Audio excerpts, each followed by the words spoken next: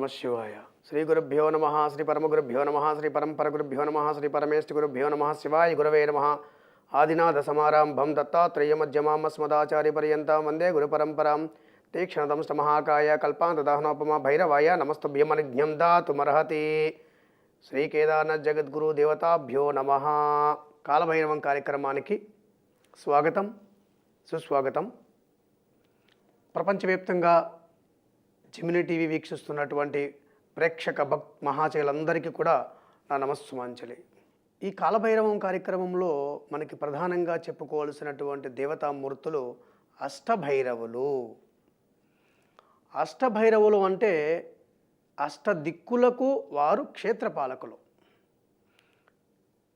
ఒక్కొక్క దిక్కుకు ఒక్కొక్క క్షేత్రపాలకుడు ఒక్కొక్క శక్తితో కూడుకొని ఉంటారు. అంటే ఇక్కడ మనం ఒకటి చెప్పచ్చు, ప్రధానంగా భైరవుడి యొక్క అనుమతి లేకుండా, భైరవ సాధన చేయకుండా, భైరవుడి యొక్క సిద్ధి పొందకుండా శాక్తేయ శాబర మంత్రాలు ఏవి కూడా సిద్ధించవు అనేది ప్రధాన అంశం. ప్రతి ఒక్కరూ కూడా ప్రథమంగా గణపతి ఆరాధన చేసిన తర్వాత కాలభైరవ ఆరాధన చేయాలి. కాలభైరవ ఆరాధన అంటే క్షేత్రపాలకుడు.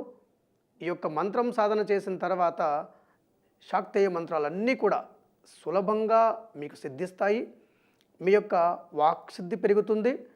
మీ యొక్క భవిష్యత్తులో ఏం జరుగుతుందో ఊహించేటటువంటి శక్తి మీకు ఒక విధానం ద్వారా చేయడం ద్వారా అద్భుతమైనటువంటి వాసన పసిగట్టగలరు మీరు. ప్రథమస్య గణపతి, ద్వితీయస్స భైరవ, తృతీయస్స శాక్తేయ. మీరు శాక్తేయం చేయండి, మీకు సంబంధించిన ఏ దేవత చేసుకోవచ్చు మీరు. ఈ విధానం ప్రకారము గురువు యొక్క సలహా మేరకు మీరు చేయండి. మీ జీవితంలో మీరు ఈ భూమిపైన ఎందుకు జన్మించారు, మీ యొక్క లక్ష్యం ఏంటి, మీరు దేనికోసం ఈ భూమిపైన భగవంతుడు మిమ్మల్ని పుట్టించాడు అనేటటువంటి లక్ష్యము మీకు సాధన ద్వారా తెలుస్తుంది. సాధన అంటే మీ యొక్క మనస్సు, మీ బుద్ధి, మీ శరీరాన్ని కూడా ఒక తాటిపైకి తీసుకువచ్చి మిమ్మల్ని అభివృద్ధి పదంలో నడిపించుకునేదే సాధన. దీనికి కేవలం భక్తి, శ్రద్ధ, మీ సంకల్పం. అష్టభైరవుల విషయానికి వచ్చేటప్పటికి తూర్పు దిక్కుకి మనకి అష్టంగ భైరవుడు. అష్టంగ భైరవుడు అంటే తూర్పు దిక్కుకు అధిపతి. ఆయన బ్రాహ్మీ శక్తితో ఉంటారు.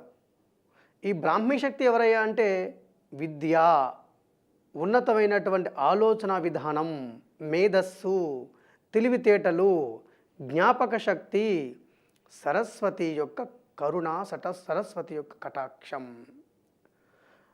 పండిత్యం చేసేవాళ్ళు, ఈ పూజారులుగా చేసేవాళ్ళు, మహానుభావులు, ప్రపంచంలో ఉన్నటువంటి వ్యక్తులందరినీ కూడా ఒక తాటిపైకి ఆధ్యాత్మిక వ్యవహారంపైకి తీసుకొచ్చే ఆధ్యాత్మిక గురువులందరూ కూడా ఈ యొక్క బ్రాహ్మీ శక్తి యొక్క ఆరాధన చేస్తూ ఉంటారు. అంటే సరస్వతి మాత యొక్క కటాక్షం.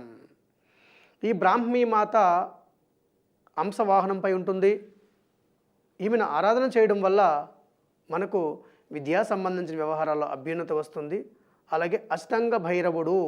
అష్టంగ భైరవుడు అంటే మనకు ప్రధానంగా ఎప్పుడైనా సరే విద్యలో ఆటంకాలు వస్తున్నాయి అంటే అష్టంగ భైరవుడికి సంబంధించినటువంటి గాయత్రి మంత్రం ఉంటుంది. ఆ మంత్రాన్ని తూర్పు ముఖంగా కూర్చొని మీరు రోజు 108 జప సంఖ్యతో ఆరాధన చేయండి. మీకు ఉన్నతమైనటువంటి వాక్సిద్ధి కలుగుతుంది. అలాగే బ్రాహ్మీ శక్తి కూడా.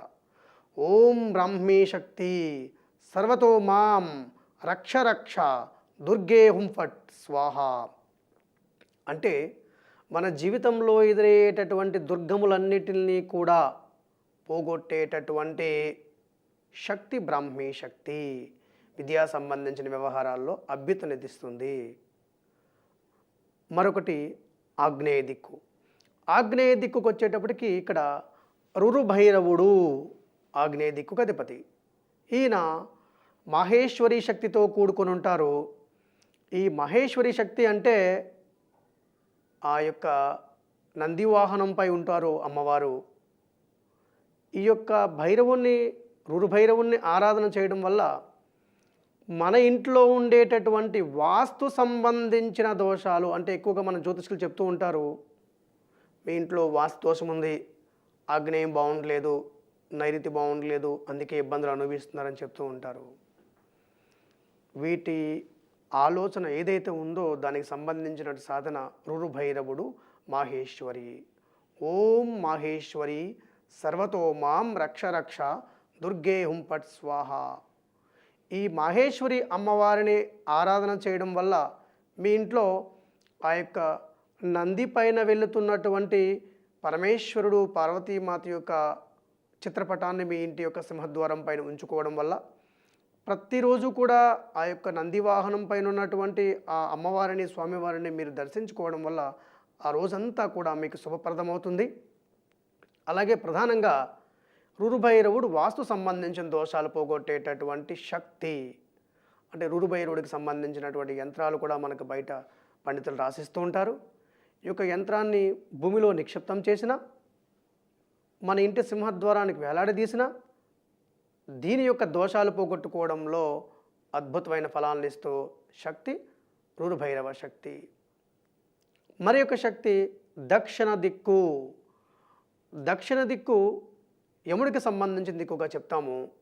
ఈ దిక్కులో చండభైరవుడు అధిపతిగా ఉంటారు.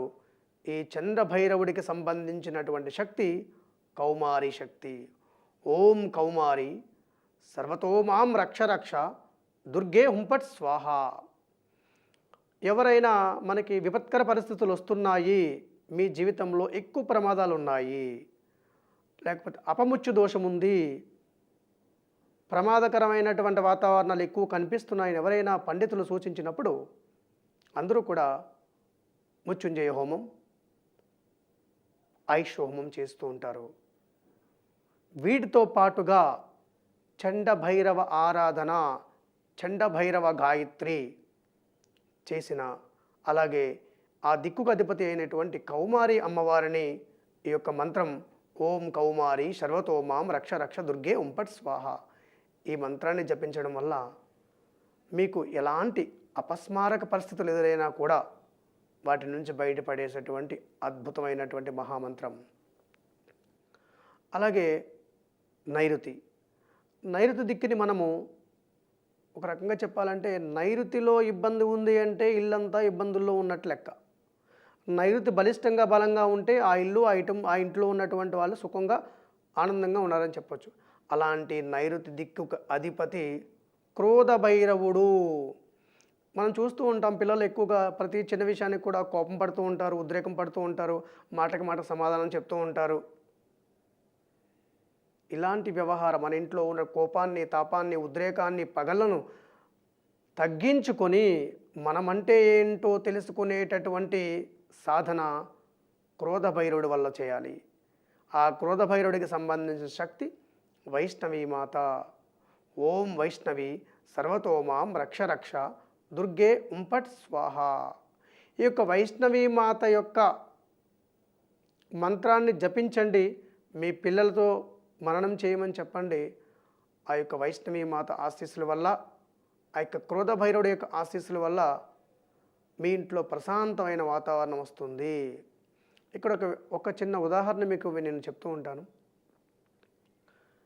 13 సంవత్సరాల లోపు పిల్లలందరూ కూడా కఫ సంబంధించినటువంటి దోషంతో బాధపడుతుంటారు. అంటే ఆ వయసులో ఉన్న వాళ్ళందరికీ కూడా ఎక్కువగా కఫం పెరిగిపోతుంది, శ్లేష్మం పెరిగిపోతుంది. శ్లేష్మం అంటే మనం కెళ్ళు అంటాము, అది బరువైనది, గురుత్వాకర్షణ కలిగినది. దీనివలన వాళ్ళకి బద్ధకం ఉంటుంది, చెప్పింది అర్థం చేసుకోలేని పరిస్థితిలో ఉంటారు. వీళ్ళందరికీ మీరు చేయాల్సినటువంటి ఒక చిన్న పరిహారం ఏమంటే అమ్మ,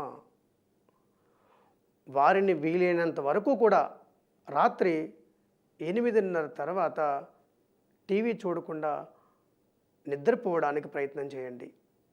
వాళ్ళు నిద్రించడానికి ప్రయత్నం చేయండి. వారికి ఎంత నిద్ర కావాలంటే అంత నిద్రపోమని చెప్పండి. మీరు దీనికోసము వైద్యుని సంప్రదించి రకరకాల మందులు వాడడం కంటే ఇది అత్యున్నతమైనటువంటి పరిహారము. వాగ్భటాచార్య అయినా, పరాశర మహర్షి అయినా, నిఘంటు మహర్షి అయినా, వీళ్ళందరూ చెప్పినటువంటి ఆరోగ్య రహస్యాల్లో ఇది అత్యున్నతమైన ఫలాన్ని ఇస్తుంది. అలాగే పిల్లలు పడుకునేటప్పుడు వీలైనంత వరకు ప్రతిరోజు కూడా వాళ్ళకి గోరువెచ్చని పాలనివ్వండి, పంచదార లేకుండా. వారికి ప్రశాంతమైన నిద్ర వస్తుంది. ఈ విధంగా వారి కోపాన్ని, వారి కపాన్ని, వాళ్ళ శ్లేష్మాన్ని అదుపు చేయొచ్చు. దానికి తోడు ఈ వైష్ణవీ మాతకి సంబంధించినటువంటి ఆరాధన, వైష్ణవీ మాత కవచం, క్రోధ భైరవుడి యొక్క గాయత్రిని జపం చేయమని చెప్పండి. మీ పిల్లలు మీ కుటుంబాన్ని, మీ వంశాన్ని కూడా ఉన్నతమైనటువంటి స్థితిలోకి తీసుకుపోవడానికి వారికి అనుకున్నంత శక్తి ఈ క్రోధ భైరవుడి వల్ల వస్తుంది.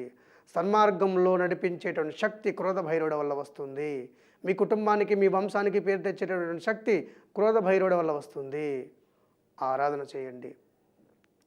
ఈ యొక్క భైరవుడికి సంబంధించినటువంటి పూర్తి వివరాలు ఇంకా మీకు కావాలనుకుంటే నా యొక్క వ్యక్తిగత నెంబర్ చెప్తాను. దానికి ఎవరైనా కాల్ చేయొచ్చు. 9000200117 9000200117.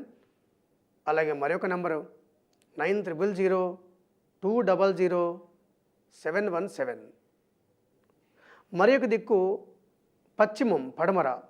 ఈ పడమర దిక్కుకు అధిపతి మనము వారాహీమాత అని చెప్తాము.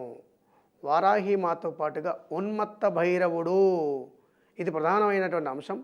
ఉన్మత్త భైరవుడు అంటే మన జీవితంలో మనకు వచ్చేటటువంటి ఆరోగ్యకరమైనటువంటి వ్యవహారాలు, అంటే భయంకరమైనటువంటి వ్యాధులు ఉన్నప్పుడు, అనారోగ్యాలు ఉన్నప్పుడు ఈ యొక్క ఉన్మత్త భైరవుడి ఆరాధన చేయాలి.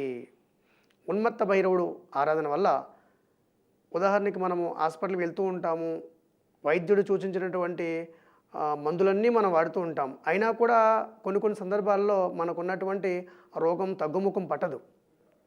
ఏదో ఇబ్బంది మనల్ని ఇబ్బంది పెడుతూ ఉంటుంది. అలాంటి వారు ఎవరైతే ఉన్నారో వాళ్ళందరూ కూడా ఓం ఉన్మత్త భైరవాయ మమ రక్ష రక్ష, ఓం ఉన్మత్త భైరవాయ మమ రక్ష రక్ష అనేటటువంటి మంత్రాన్ని జపిస్తూ ఒక రాగి చెంబులో నీళ్లు తీసుకొని ఉదయం మీరు లేచిన వెంటనే మీ యొక్క నిత్య కార్యక్రమాలు చేసుకున్న తర్వాత ఈ మంత్రాన్ని ఒక 3 మాలలు జపించి ఆ యొక్క నీటిని మీరు తాగండి. మీ శరీరంలో ఎలాంటి అనారోగ్య సమస్యలు ఉన్నా కూడా తొందరగా పోవడానికి మంచి అవకాశం ఉంటుంది.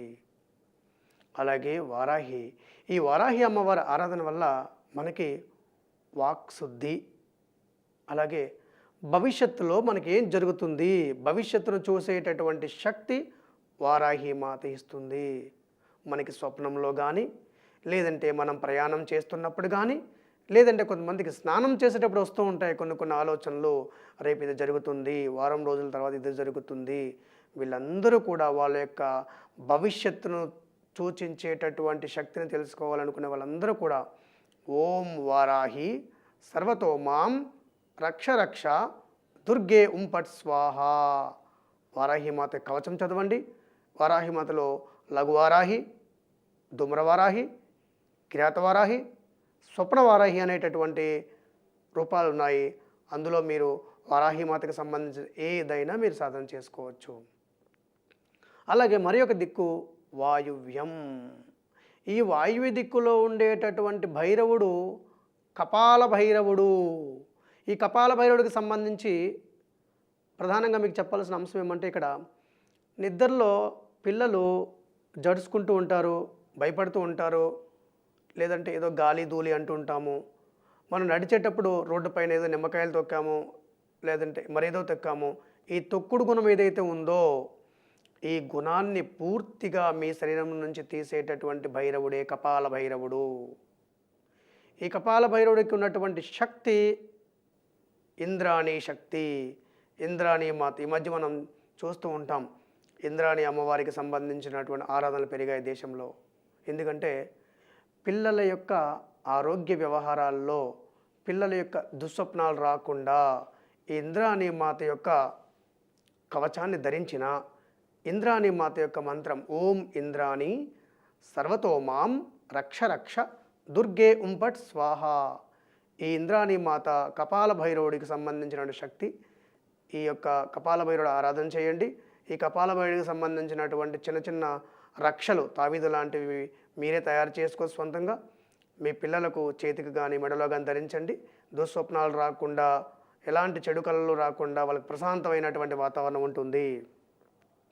అలాగే ఉత్తర దిక్కుకు అధిపతి మనం ప్రధానంగా చెప్తాము చండీ, చాముండి.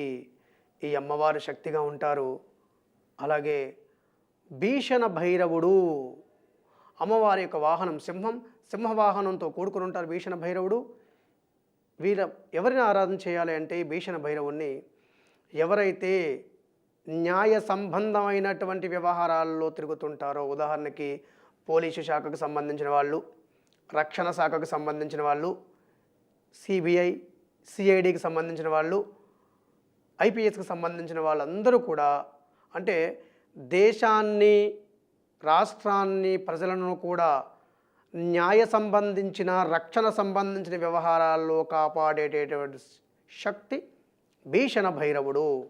ఈ భీషణ భైరవుడికి సంబంధించినటువంటి శక్తినే మనము చాముండా శక్తి అంటాము. మనం ప్రతి చోట చండీ హోమాలు ఎక్కువ చేస్తూ ఉంటాం. చండీ హోమము చేయడము అంటే కేవలం మన కోసం కాదు, సమస్త ప్రజల కోసం, వారి యొక్క ఆరోగ్యం కోసం, వారికి రక్షణ ఇవ్వమని ఆ అమ్మవారిని వేడుకునేటటువంటి ఆరాధనే చండీ హోమం. ఎక్కడైతే చండీ హోమాలు జరుగుతూ ఉంటాయో ఆ ప్రాంతం అంతా కూడా సుభిక్షంగా ఉంటుంది. ఆ చండీ హోమం చేసినటువంటి ఆ మహానుభావులు, ఆ యజమానులు ఎవరైతే ఉన్నారో వాళ్ళ జీవితంలో లోటు అనేది ఉండదు. ఎందుకంటే ఈ చండీ హోమంలో 700 మహా శ్లోకాలు ఉంటాయి, 13 అధ్యాయాలతో సాగుతుంది. ఈ చండీ హోమాన్ని చేసుకునేటటువంటి విధానంలో కూడా చిన్న మార్పు, భైరవుడికి సంబంధించిన మంత్రాలతో సంపుటీకరణ చేస్తూ చండీ హోమం చేస్తే మీ జీవితంలో మీకు నాకు ఇది కావాలి అనే ప్రశ్నే ఉండదు. మీ సంకల్ప బలం ఏదైతే ఉందో అది శీఘ్రంగా నెరవేరుతుంది. అలాగే భైరవుడికి సంబంధించిన మూలమంత్రాలతో కలిపి చండీ హోమం చేయండి. ఎక్కడైనా కూడా మీ తెలిసినటువంటి పండితులతో చేయించుకోండి. దానివల్ల అద్భుతమైన ఫలితాలు వస్తాయి. దీనికి ఓం చాముండి సర్వతో మాం రక్ష రక్ష దుర్గే ఉంపట్ స్వాహ. రక్షణ కావాలనుకునే వాళ్ళందరూ కూడా, అంటే రక్షణ సేవను అందించిన ఆఫీసులందరూ కూడా వాళ్ళ యొక్క నిధి నిర్వహణ కోసం కార్యక్రమాలకు వెళ్తూ ఉంటారు. వారి వారి భార్యలు, వారి వారి పిల్లలందరూ కూడా ఈ అమ్మవారి ఆరాధన, ఈ భీషణ భైరవుడికి ఆరాధన వల్ల వాళ్ళ కుటుంబంలో ఎలాంటి ఆపదలు లేకుండా సురక్షితంగా ఉండగలిగే అవకాశం ఉంటుంది. అలాగే ఈశాన్య దిక్కు అంటే అత్యున్నతమైనటువంటి దిక్కు ఏదైనా ఉంది అంటే ప్రపంచంలో ఈశాన్యం. ప్రతి ఇంటిలో కూడా ఈశాన్యం బాగుంటేనే అన్నీ బాగున్నాయి అనేటటువంటి వాతావరణం వస్తుంది. ఈ ఈశాన్య దిక్కుకు అధిపతి సంహార భైరవుడు. ఈ సంహార భైరవుడు మనకి మహాలక్ష్మి శక్తితో కూడుకొని ఉంటారు. ఈ యొక్క శక్తి ఎలాంటిదయ్యా అంటే అష్టైశ్వర్య భోగభాగ్యాలనిచ్చేటటువంటి శక్తి ఈశాన్య దిక్కు. ఆ ఈశాన్య దిక్కు మహాలక్ష్మి యొక్క ఆరాధన. ఓం మహాలక్ష్మి సర్వతో మాం రక్ష రక్ష దుర్గే ఉంపట్ స్వాహ అని చదువుతూ సంహార భైరవుడికి సంబంధించిన కవచం కానీ, సంహార భైరవుడికి సంబంధించినటువంటి గాయత్రి కానీ చదవడం వల్ల మీ జీవితంలో అద్భుతమైన ఫలితాలు వస్తాయి. డబ్బుకు ఎలాంటి లోటు లేకుండా మిమ్మల్ని అభివృద్ధి పదం వైపు నడిపించేటువంటి శక్తి సంహార భైరవుడు, మహాలక్ష్మి శక్తి. ఈ 8 మంది భైరవుల్ని కూడా ఎవరెవరికి ఏ సమస్య ఉంది, ఏ ఆరాధన చేసుకోవాలి అనేది నేను చెప్పినటువంటి ఈ విధానాన్ని పాటించి మీరు వారి వారి దేవతలను ఆరాధన చేయండి. తప్పకుండా అద్భుతమైన ఫలితాలు మీరు అనుభవిస్తారు. అలాగే ఇక్కడ మనకి ఒక విషయం చెప్పవలసి ఉంది. సమాజం, ఈ సమాజంలో మనం అందరం కూడా పరమాత్ముడి నుంచి ఉద్భవించాము, అంటే ఏకత్వం నుంచి ఉద్భవించాము ఈ భూమిపైకి. అంటే మనందరం కూడా సహోదరులం, కలిసిమెలిసి ఉండాలి. ఇక్కడ మనకి మతం లేదు, కులం లేదు, భాష లేదు, మనమంతా మానవులం. మానవత్వంతో కూడుకుని ఉండాలి అనేటువంటి సంకల్పంతో భగవంతుడు మనందరినీ కూడా ఈ భూమి పైన సృష్టింపచేశారు. ఇక్కడ మనం చేయాల్సింది ఏమంటే, ఉదాహరణకి ఒక వ్యక్తి కడుపు నిండా భోజనం చేస్తున్నారు అంటే అది అతని గొప్పతనం కాదు. అతని చుట్టూ ఉన్నటువంటి సమాజంలో కొంతమంది ఇచ్చినటువంటి ఆ ధనం వల్ల, అంటే సమాజం నుంచి వస్తున్నటువంటి డబ్బుతోనే మనం బ్రతుకుతున్నాం. సమాజం నుంచి వస్తున్నటువంటి పేరు ప్రతిష్టలతోనే మనం జీవిస్తున్నాం. కానీ ఇక్కడ సమాజాన్ని మర్చిపోతూ ఉంటాం. సమాజంలో మనం చేయాల్సింది వారి వారి యొక్క స్థాయిని ప్రకారం వారు ఏ కర్మ చేసినా దానం చేయండి, లేదంటే ఏదైనా అనాథలకు ఆశ్రయాన్ని కల్పించండి, వారి వారికి తిండికి సంబంధించినటువంటి దాన ధర్మాల్లో పాల్గొనండి. దీని ద్వారా మీ యొక్క పూర్వజన్మకు సంబంధించిన వ్యవహారాల్లో, రాబోయే జన్మకు సంబంధించిన వ్యవహారాల్లో ఉత్తమమైనటువంటి గతులు సంపాదించుకోగలరు. మనం సంపాదించే ప్రతి రూపాయి కూడా సమాజం నుంచి వస్తుంది. సమాజానికి ఎంతో కొంత చేయాలి. ఇదంతా నాది, నేనే సంపాదించుకున్నాను అనేటటువంటి అహాన్ని పక్కన పెట్టి, మన కుటుంబ సభ్యులకు ఎంతవరకు అవసరమవుతుందో వాళ్ళకి చేయాల్సినటువంటి నిత్య కార్యక్రమాలు చేస్తూ సమాజంలో ఉన్నటువంటి కొంతమందికి సహాయం చేయడం వలన ఇదియే పుణ్యం, ఇదియే మిమ్మల్ని మోక్షానికి, ముక్తి మార్గం వైపు ప్రయాణింపచేస్తుంది. దీని ద్వారా మీ జీవితాల్లో ఆనందం, అంటే పరమాత్ముడు మనల్ని ఈ భూమిపైకి ఒక లక్ష్యంతో సృష్టించాడు కాబట్టి ఆ లక్ష్యం అదే ఉంటుంది. మనం బ్రతకాలి, మనతో పాటుగా 10 మందిని బ్రతికించాలి. అప్పుడే ముక్తికి మోక్షానికి కారకులం అవుతూ ఉంటారు మహానుభావులు.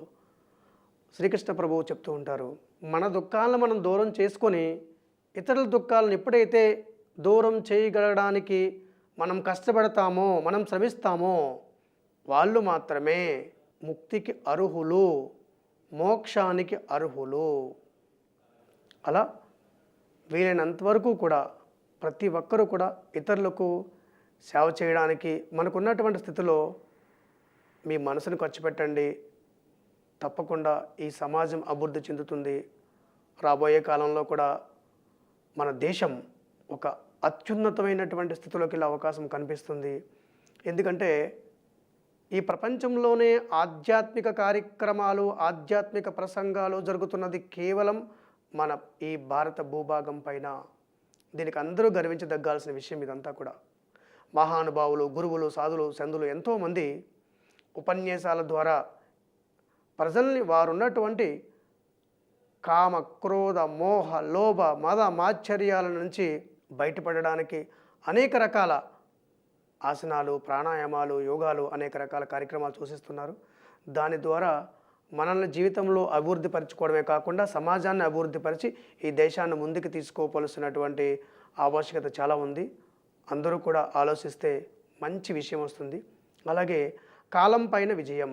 ఈ కాలం పైన విజయం అంటే ఉదాహరణకు ఈ కాలభైరవ ఆరాధన ద్వారా, కాలభైరవ సాధన ద్వారా, ఈ మంత్రాల ద్వారానే కాకుండా మీ సంకల్ప బలము ఎంత ఎక్కువ ఉంటే, మీ మనోధీరత్వం ఎంత ఎక్కువగా ఉంటే అంత అద్భుతమైన ఫలితాలను అనుభవించవచ్చు. ఉదాహరణకు టెన్సింగ్ అనేటటువంటి మహానుభావుడు 1953 మే 29న ప్రపంచంలోనే మొట్టమొదటిసారిగా ఎవరెస్ట్ శిఖరాన్ని అధిరోహించినటువంటి వ్యక్తి. అతను 28 సార్లు పాటు ఆ యొక్క ఎవరెస్ట్ శిఖరానికి 5 మీటర్ల దూరంలో వెళ్ళి వెనక్కి తిరిగి వచ్చేవాడు. తన భార్య ఎప్పుడూ తనకు చెప్తూ ఉండేది, ఎందుకు ప్రయత్నం చేస్తున్నావు, దానివల్ల నీకు వచ్చే లాభం ఏంటి, అక్కడ గడ్డిపరకు కూడా మొలవదు కదా, దీనివల్ల నీ ఆరోగ్యం పాడైపోతుంది కదా అని చెప్తే తను తన భార్య యొక్క మాటను విని ఆలోచించుకొని 29వసారి ప్రయత్నం చేశాడు. తను ఆ యొక్క ఎవరెస్ట్ శిఖరం పైన పాదం మోపినటువంటి మొట్టమొదటి వ్యక్తిగా ప్రపంచంలో కీర్తించబడుతున్నాడు. ఇదే కాలం పైన విజయం.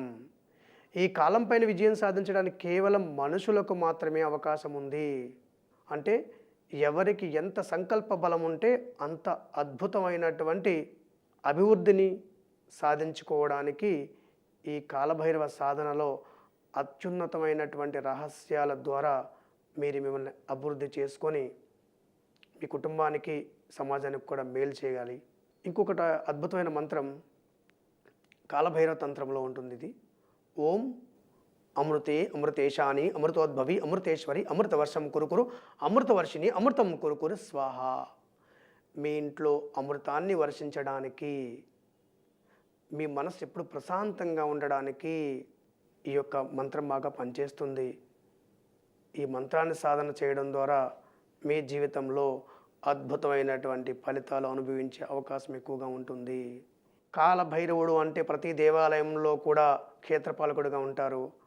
ఆయనకి సింధూరం అంటే ప్రీతి. సింధూరంతో స్వామిని అభిషేకించండి, సింధూరంతో అర్చించండి. ఆయనకు నల్ల మినప గారెలంటే ప్రీతి. ఆయన మెడలో ఆ యొక్క గారెలను హారంగా వేయండి. దాని ద్వారా మీ జీవితంలో సమస్త సుఖాలు భోగాలు అనుభవించడం మంచి అవకాశం ఉంటుంది. సర్వే జనః సుఖినో భవంతు.